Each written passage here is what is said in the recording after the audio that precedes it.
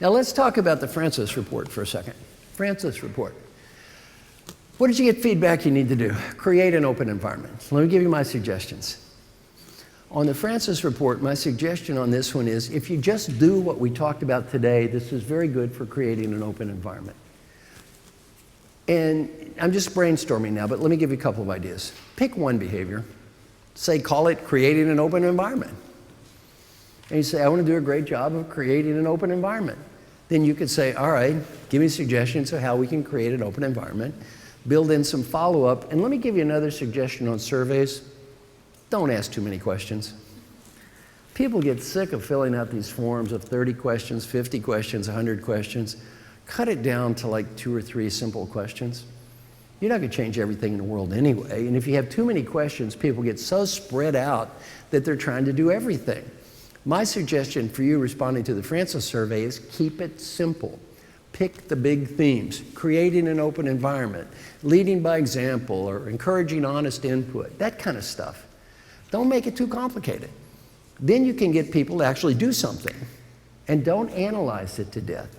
Don't have myriad meetings and forms and big, thick reports. Nobody's going to do any of that stuff. It's too much stuff. You can't remember some big, thick report and all these forms and all that stuff. It's all nice, but the reality is it's not going to change anything. You're much better off keeping things very simple and focused that you actually do something that you can measure. The other thing is, if you do what I just taught you today, you can measure success. You can actually document we're getting better, and you will get better. Now, so part of it is that, and let me tell you the other thing I think is very important, that is mutual responsibility. Now, there's one thing I think you all have as a danger. That is this. You have spent so much time critiquing the organization, if you're not careful, you can start encouraging what I call victimhood. Poor me, it's not my fault, the NHS is bad, and I am a victim.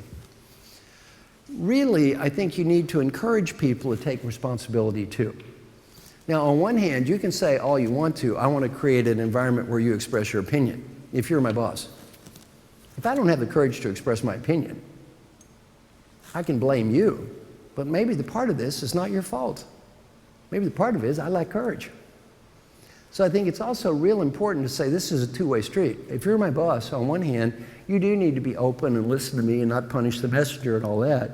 On the other hand, I've got to have the courage to say what's on my mind and not sit there and hide behind you and act like a coward and say, well, she didn't want to hear my opinion, or she might have said something nasty, therefore I won't talk to her, and it's not my fault, I'm a victim, it's all her fault.